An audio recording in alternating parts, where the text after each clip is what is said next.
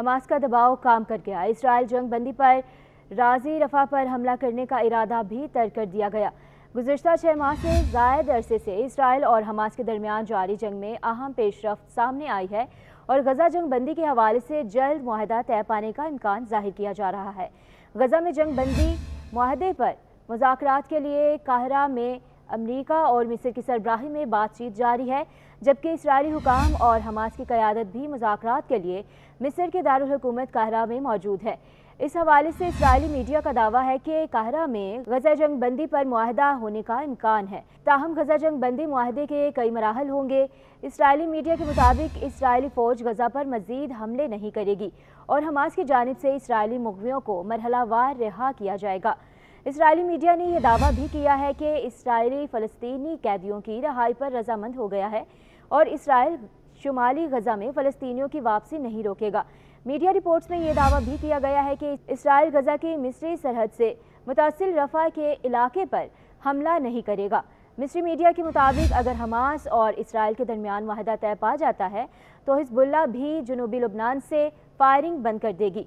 एक senior Saudi अहलकार का इस हवाले से कहना है कि हमास जंग के खात्मे और गजा की पट्टी से इसराइली फ़ौज के मुकम्मल इनखला की अमरीकी ज़मानतों से मुतमईन है और ऐसा लगता है कि हमास इसराइली तजावीज़ के जवाब में एक नज़रसानी शुदा फार्मूला पेश करेगी। मीडिया रिपोर्ट्स के मुताबिक इसराइल मुआहदे की मंजूरी सिर्फ इसी सूरत में देगा जब वो इन तरामीम से इत्तफाक करता है जिनका हमास ने मुतालबा किया है। ख्याल रहे कि फ़लस्तीनियों की नस्ल कुशी के जुनून में मुब्तला इसराइली वज़ीर आज़म बिन्यामीन नेतन्याहू बारहा ये बात कह चुके हैं कि चाहे कुछ भी हो जाए रफ़ा ऑपरेशन ज़रूर होगा और हम हमास के खात्मे तक जंग जारी रखेंगे। उधर यमनी हौसियों ने इसराइल की रफ़ा पर हमले के जवाब में बड़ा ऐलान कर दिया। हौसी फ़ौज के तर्जुमान याया सारी का कहना है कि अगर इसराइल ने रफ़ा पर हमला किया तो बहरे रूम से गुजरने वाला हर वो जहाज़ जो इसराइल की तरफ जाएगा, अगर वो हमारी रसाई में हुआ तो हम इसे निशाना बनाएंगे।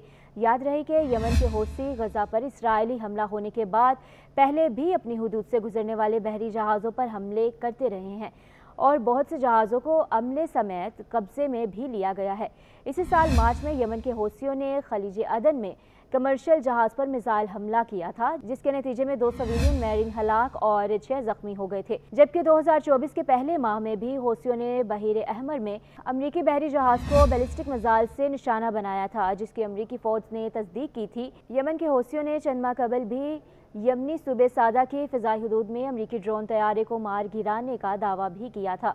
याद रहे कि यमन के हौसियों ने गजा में इसराइली कार्रवाइयों के रद्द-ए-अमल के तौर पर सेहूनी फोर्सेस के खिलाफ ऐलान जंग कर रखा है और हौसी अब तक इसराइल पर 6 बैलिस्टिक मिसाइल दाग चुके हैं।